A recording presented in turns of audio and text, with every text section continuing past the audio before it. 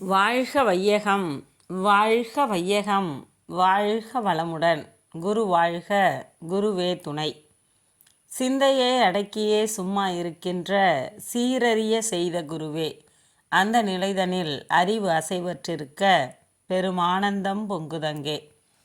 இந்த வெறும் உலகமிசை எடுத்த பல பிறவிகளின் இறுதி பயனாகிய சந்ததமும் என்னை மறவாத சாந்த வாழ்வழித்தோய். என் சந்தோஷ செய்தி இதுவே. அன்பர்கள் அனைவருக்கும் எனது வணக்கங்களும் வாழ்த்துக்களும்.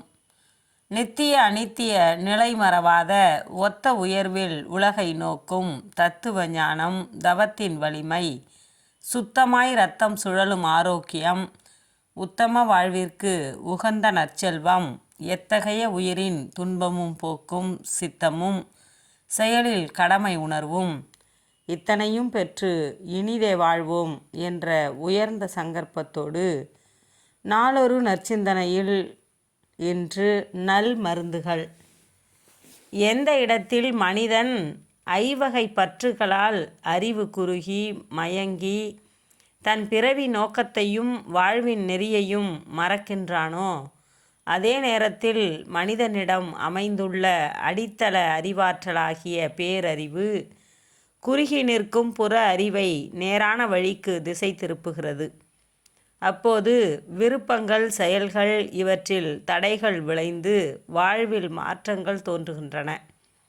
இவையே துன்பமாக, சிக்கலாக, கருத்து பிணக்காக பெற்று புறமனம் குழப்பமடைகின்றது. இத்துன்பங்களிலிருந்து புறமனத்தை மீட்க பேரறிவு விரிந்த இயற்கை ஆற்றல் மூலமாகவும் மனிதர் மூலமாகவும் உதவி கொண்டேதான் இருக்கும். இந்த நிலையிலேனும் புறமன இயக்கத்திலேயே குறுகி உள்ள மனிதன் அவன் வாழ்வின் இயக்க களமான அருட்பேராற்றலை நினைவு கொள்ள வேண்டும். பேரறிவின் நிலைக்கு அந்நினைவு அழைத்து சென்று ஒன்ற வைத்துவிடும்.